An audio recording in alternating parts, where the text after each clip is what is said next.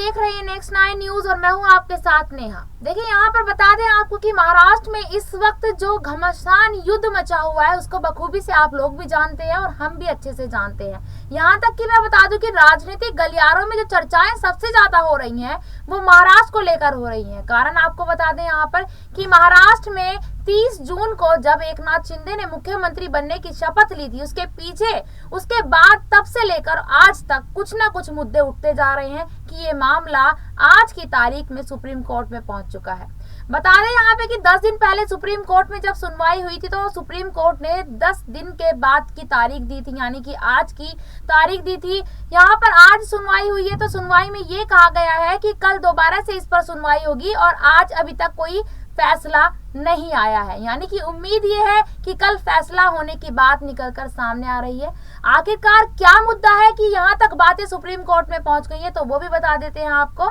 एकनाथ शिंदे जिस दिन से मुख्यमंत्री बने हैं उस दिन से पार्टी का चिन्ह और यहाँ तक कि विधायकों की अयोग्यता को लेकर बहुत सारी चीजें और ऐसे ही मुद्दे यहाँ सामने आ रहे हैं कि इधर उद्धव ठाकरे कहते हैं कि मैं अपनी पार्टी का चिन्ह नहीं दूंगा, लेकिन उधर एकनाथ शिंदे कहते हैं कि मेरे पास सबसे ज्यादा समर्थन है विधायकों का और सांसदों का, तो इस तरीके से मेरे पास पार्टी का चिन्ह होना चाहिए। तो यहाँ पर जो मेन मुद्दा है वो है पार्टी चिन्ह को लेकर और विधायकों और सांसदों को लेकर यहाँ दो शिवसेना सैनिकों के बीच यहाँ पर बहुत बुरे तरीके से लड़ाई हो रही है। इन्हीं सारे मुद्दों को लेकर यहाँ मेरे साथ बात करने के लिए मेघा मेरी सहयोगी मौजूद है। बहुत बहुत धन्यवाद मेघा आपको यहाँ पर इस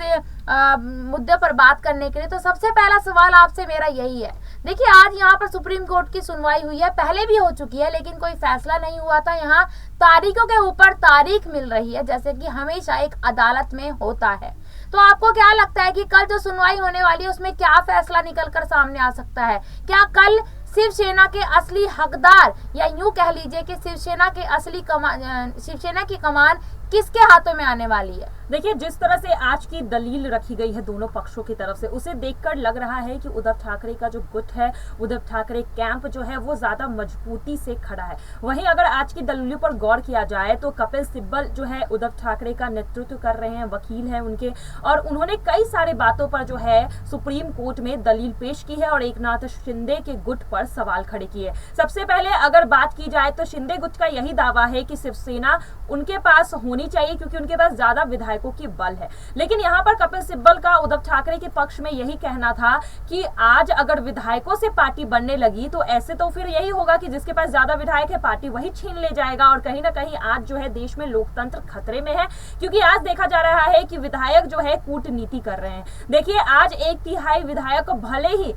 शिवसेना में नहीं हो, एकनाथ शिंदे के पास हो, लेकिन जो शिवसेना है सिर्फ और सिर्फ विधायकों से नहीं बनती है और यही दलील आज जो है उद्धव ठाकरे की तरफ से दी गई है सुप्रीम कोर्ट में। वहीं जिस तरह से देखा गया कि यहाँ पर एकनाथ शिंदे कैंप की तरफ से जो उनके वकील थे उनका कहना है कि शिंदे ने कभी भी पार्टी छोड़ी ही नहीं, बाकी विधायकों ने कभी भी पार्टी नहीं छोड़ी है। तो यहाँ पर अलग होने की बात कहां से आई? यहाँ पर जो है शिवसेना में वो अभी भी है, अपने आप को वो खुद शिव सैनिक बताते हैं, तो उनके पास ज्यादा संख्या बल है, उनके पास वो खुद सीएम है अभी, तो शिवसेना की कमान उनके हाथ में होनी चाहिए। तो दलीलों को दोनों तरफों से सुना गया है यहाँ सुप्रीम कोर्ट में और सुप्रीम कोर्ट ने कहा है कि आप अपने दलीलों को रिकॉर्ड करके हमारे पास रख दीजिए और इस पर सुनवाई होगी और कल हो सके तो फैसला आएगा। लेकिन ज्यादातर उम्मीद लगाई जा रही है कि फैसला जो है उद्धव ठाकरे के पक्ष में आ सकता है। बिल्कुल, यहाँ पर जिस तरीके से मेघा ने बताया कि यहाँ उद्धव ठाकरे के पक्ष में फैसला आ सकता है, इसके पीछे का एक बहुत बड़ा कारण है। देखिए महाराष्ट्र के अंदर जब से शिवसेना का जो नाम सामने आया है तब से उद्धव ठाकरे, बाले साहेब ठाकरे, यानी कि यूं कह लीजिए कि जो शिवसेना का जो जन्म दिया है वो एक ठाकरे परिवार से ही हुआ है शिवसेना का जन्म। तो इसलिए यहाँ पर असली हकदार जो बताया जाता है हमेशा से, हालांकि विपक्षी पार्टियों का भी यही कहना है कि पार्टी का जो असली हकदार है वो उद्धव ठाकरे ही है क्योंकि बाला साहेब ठाकरे ने इस पार्टी को सबके सामने लेकर वो आए थे और यहाँ पर वो एक शिवसेना के नाम पर यहाँ पर ये पार्टी चलती आ रही है। अगर महाराष्ट्र के अंदर ये अगर नाम लिया जाए कि शिवसेना के असली हकदार कौन है तो जहां तक मुझे उम्मीद है यही बताया जाता है कि उद्धव ठाकरे का नाम सबसे पहले आता है। तो देखिए यहाँ पर जैसे कि अभी मेघा ने बताया कि अगर विधायक ज्यादा हो जाते हैं या फिर अगर किसी व्यक्ति के पास दूसरे सामने वाले इंसान के पास सांसद ज्यादा हो जाते हैं तो इसका मतलब ये नहीं कि पार्टी उनकी हो जाएगी, ये बिल्कुल भी सही बात नहीं है। तो यहाँ पर देखने वाली बात यही है कि वाकई में कल पता चलेगा कि आखिरकार होना क्या होगा। जैसे मेघा ने बताया कि उद्धव ठाकरे के हित में ही कोई फैसला सामने आएगा, लेकिन मेघा आप यहाँ ये मान लीजिए, अगर यहाँ पर एकनाथ शिंदे के हित में कोई फैसला ले लेती है सुप्रीम कोर्ट, तो फिर तो यहाँ उद्धव ठाकरे के साथ बहुत गलत होगा, क्योंकि यहाँ पर उद्धव ठाकरे के विधायक भी बागी होकर चले गए, उनके सांसदों ने भी उनको धोखा दे दिया, उनके सबसे करीबी जो विधायक थे एकनाथ शिंदे, जो हर पल हर जितनी भी प्रेस कॉन्फ्रेंस होती थी या जितनी भी कहीं पार्टी में वो जाते थे हमेशा उनके साथ रहते थे, लेकिन वो वाली बात यहाँ पर हो गई कि जिस थाली में खाया उसी में छेद कर दिया। तो इसका मतलब यहाँ पर अगर एकनाथ शिंदे के हित में कोई फैसला होता है तो उद्धव ठाकरे के ऊपर क्या बीतने वाली है। देखिए उद्धव ठाकरे अभी तो पूरी उम्मीद करें, क्योंकि देखिए सत्ता तो हाथ से जा चुकी है, सीएम कुर्सी हाथ से जा चुकी है, ले देखिए उनके पास जो है अब सिर्फ और सिर्फ शिवसेना पार्टी बची है, पार्टी के अंदर सांसद विधायक सभी जा चुके हैं और कहीं ना कहीं पार्टी जो है बहुत निचले स्तर पर है, लेकिन फिर भी शिवसेना का नाम जो है वो महाराष्ट्र में काफी बड़ा है, शिवसेना की जो है छवि काफी बड़ी है, लोग भी शिवसेना के नाम पर भरोसा काफी है। तो ऐसे में अगर पार्टी भी अगर उद्धव ठाकरे के हाथ से चली जाती है तो कहीं ना कहीं उनका राजनीति जो भविष्य है वो खतरे में आ जाएगा, क्योंकि देखा जा रहा है कि उद्धव ठाकरे जिस पार्टी से उनके पूरे परिवार ने शुरुआत की, आज अगर वही पार्टी उनके हाथ से छीन ली जाती है तो एक नए पार्टी को फिर से महाराष्ट्र में लाकर स्थापित करना और लोगों के दिल में वही जगह बनाना मुझे लगता है काफी मुश्किल होगा।